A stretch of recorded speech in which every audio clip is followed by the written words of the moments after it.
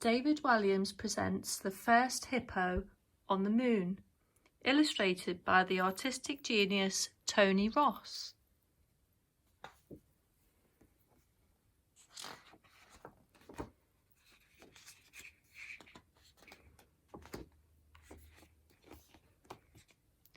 This is the tale of two hippos with one dream, to be the very first hippo on the moon. One enormously rich hippo, Hercules Waldorf Franklin III, paid for a gigantic hippo space centre to be built to blast him there. Sheila didn't. Yes, the other hippopotamus's name was Sheila.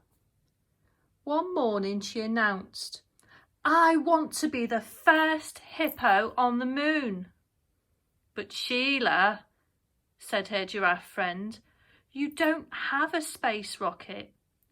"Then we'll make one, Keith," Sheila replied. Yes, the giraffe's name was Keith. Us hippos like to dream big.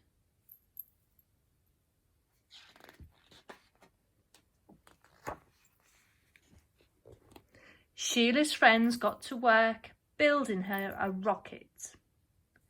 "Quick as you can." "Well, you could help me, dear." Tina the elephant brought back the biggest tree trunk she could find. Joyce the gorilla fetched the longest vine. And Derek the ostrich was given the task of gathering the pongiest mountain of rhinoceros dung. After many days and nights, the animals finally unveiled their space rocket.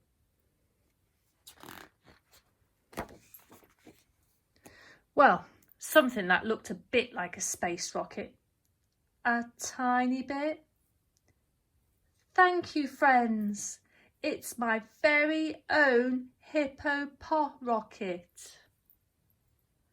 All they needed to do now was ignite the rhino dung and blast Sheila into space. But how? "Try rubbing those two spiky thingamybobs together to create a spark," instructed the hippopotamus. "Well, thank you very much, dear."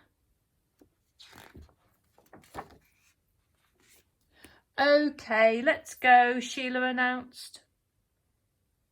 "Is your bottom hot too?" "Boiling, dear."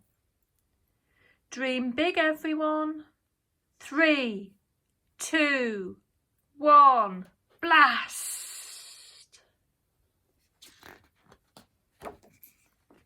But before Sheila could say off, it started raining. It rained and rained and rained. It was rainy season. It didn't stop raining for 5 long months. The moment the rain stopped, Sheila began her countdown again. 3, 2, 1, blast off! Zoom! The Hippo rocket shot up into the sky.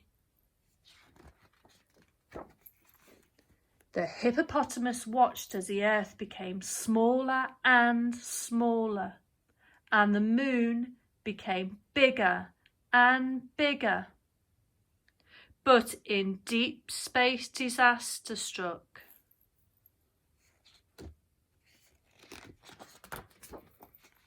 Sheila was so busy munching on her shrub sandwiches that she didn't spot what was hurtling towards her. A giant asteroid. Boom! The Hippo rocket smashed into hundreds of pieces, sending the shocked hippopotamus spinning wildly through space. She tumbled towards the moon. To her astonishment, Sheila had landed on top of the other hippopotamus, just as he was taking his very first hippo step on the moon's surface. I am terribly sorry. Excuse me?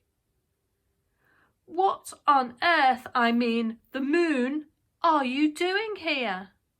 I wanted to be the first hippopotamus on the moon.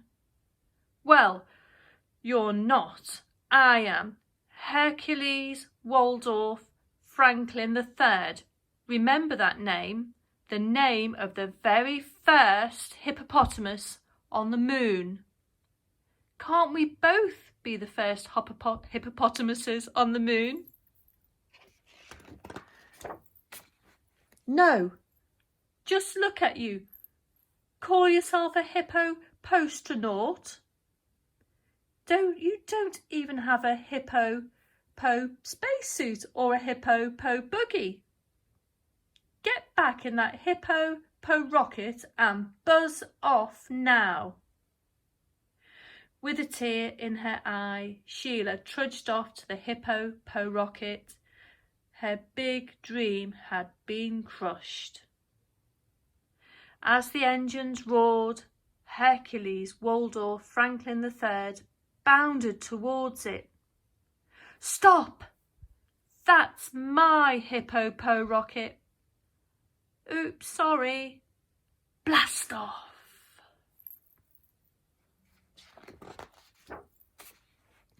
Seconds later, Sheila realised that she didn't have a clue how the hippo-po rocket worked. Roar!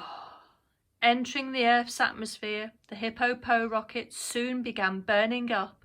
Within moments, the hippopotamus's bottom was blazing like the sun.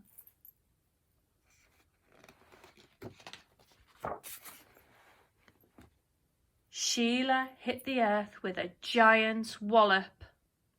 She lay motionless on the ground, her bountiful behind sizzling like a sausage. Sheila! Wake up! Oh, it's sad, isn't it? Tragic, dear. But she wouldn't wake up. This was the saddest day the jungle had ever seen.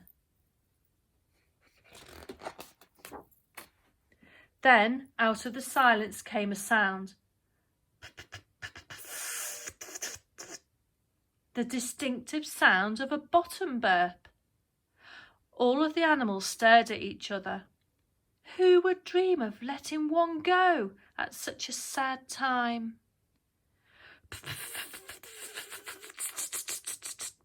Another one, longer and louder than the first. It was Sheila. What's that awful smell? Oh, it's made my eyes water. Try and breathe through your mouth, dear.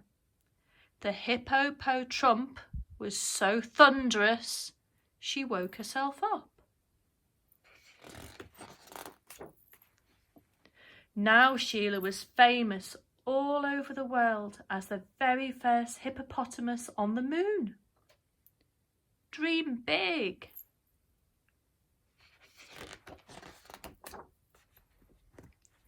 She never mentioned the other hippopotamus who got there first, so whatever you do, please don't tell anyone.